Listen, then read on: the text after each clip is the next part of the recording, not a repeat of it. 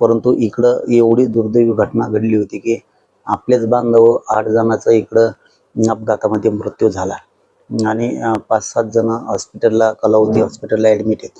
त्यामुळं इकडंच दुःखाचं खूप मोठं डोंगर गावावरती कोसळलं आम्ही इकडं आलो होतो.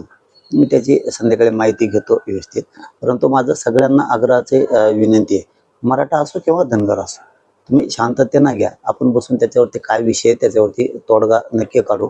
कारण आपण मराठा समाजाने धनगर समाजाने आपल्याला कोणी तोडण्याचा प्रयत्न करतंय का, असा काही डाव असू शकतो का या माध्यमातून, याच्यावर सुद्धा बारकाईनं लक्ष ठेवलं पाहिजे.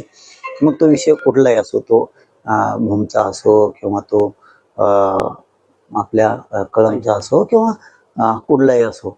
आणि आता आजचं कालचं झालेलं तुम्ही म्हणताय ते अंजनगावचं, तिथल्याही बांधवांना माझ्या मराठा धनगर दोघांनाही आव्हान आहे की कुठल्या तरी नेत्याचं ऐकून कुणीतरी काहीतरी काय म्हणते त्याला ती भडक अशी प्रतिक्रिया देईल आणि तेढ निर्माण करत, तर नेत्याला याची गरज नसती.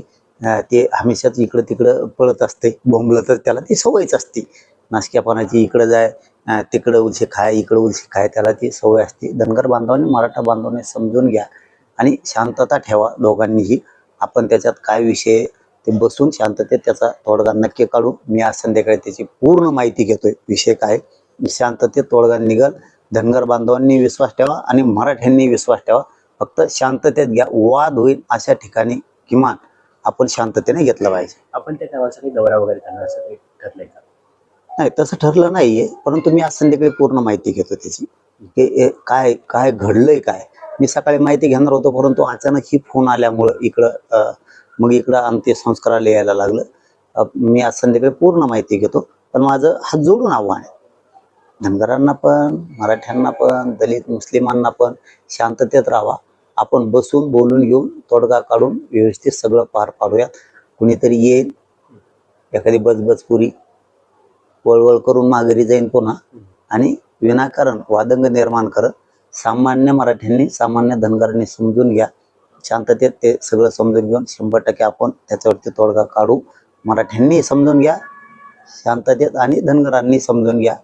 त्याच्या आडून कोणाचे काही डाव आहेत का काय, ते मात्र यशस्वी कोणी होऊ देऊ नका. आणि असण्याची दाट शक्यता त्या पुतळ्याच्या माध्यमातून तेढ निर्माण करायचा असाही दाट शक्यता असती. त्याच्यावरती विचार करा आणि शांत राहावा. आपण याच्यावर तोडगा नक्की